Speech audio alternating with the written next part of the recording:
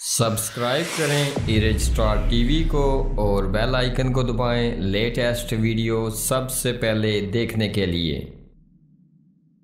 बिस्मिल्लाहिर्रहमानिर्रहीम। अस्सलाम वालेकुम दोस्तों मैं शकील अहमद और आप देख रहे हैं मेरा यूट्यूब चैनल इरेज स्टार टीवी।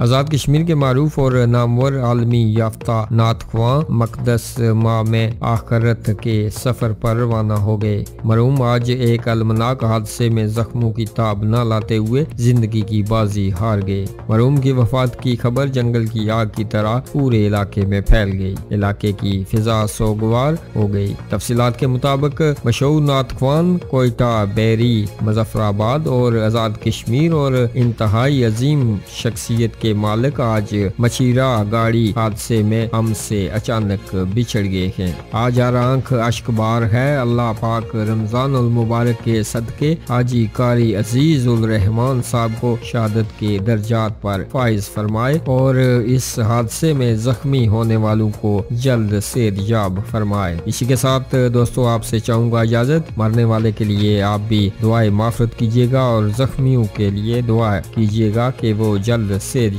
हो जाएं। इसी तरह की खबरों से बाखबर रहने के लिए हमारे इस चैनल को सब्सक्राइब कीजिएगा और हमें दीजिएगा इजाजत। अगली वीडियो तक के लिए अल्लाह हाफिज।